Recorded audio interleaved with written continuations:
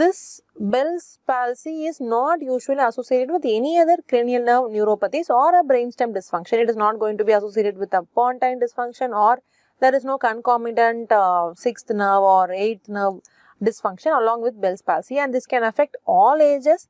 We as pediatricians, we see from infancy to adolescence most commonly, and especially in children, whenever we ask history in the patients from the parents, they usually tell 2 weeks or 10 to 14 days prior to the onset of Bell's palsy, my child had viral infection, doctor, my child had a, usually they say a viral upper respiratory tract infection, sometimes it can be a AGE also.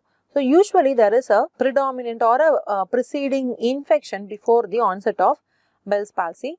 And there is one entity that we all know, that is Ramsay-Hunt syndrome. Ramsay-Hunt syndrome is actually distinct from Bell's palsy, where there is reactivation of the herpes simplex. That is, the varicella zoster virus or the herpes simplex virus has been reactivated in these patients, and that is called Ramsay-Hunt syndrome. It is distinct from Bell's palsy because we have certain other features also, which we will discuss in a moment. So, what happens in a Bell's palsy? There is facial nerve paralysis. It can be unilateral or it can be bilateral. Most often it is unilateral, and so you look at this patient, and this patient's side, that is the right side, is the one which is affected.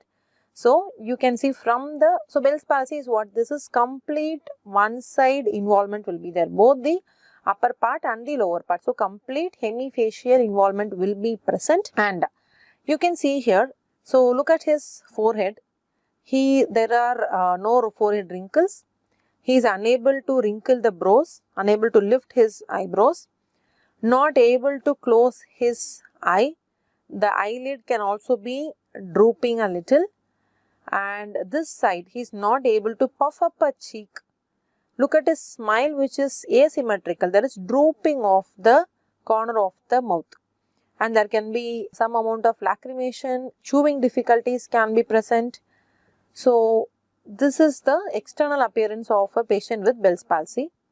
So this is a patient with Ramsay-Hunt syndrome. Ramsay-Hunt syndrome, what happens is, there is facial palsy, there is facial paralysis that you can see here, along with some vesicles that you can see in the, either in the auditory canal or in the auricle. Most commonly vesicles in the auditory canal or the auricle, or sometimes in the anterior two-third of the tongue. Apart from that, there can be ear pain, history will be there. There can be neuropathies which involves cranial nerves 5, 9 and 10. And generally Ramsay-Hunt syndrome is more severe than Bell's palsy, and there can be associated vertigo, tinnitus, hyperacusis, lacrimation, taste perception abnormality, etc. So Ramsay-Hunt syndrome needs not just steroids, but it needs antivirals also. So the management I will discuss at the end.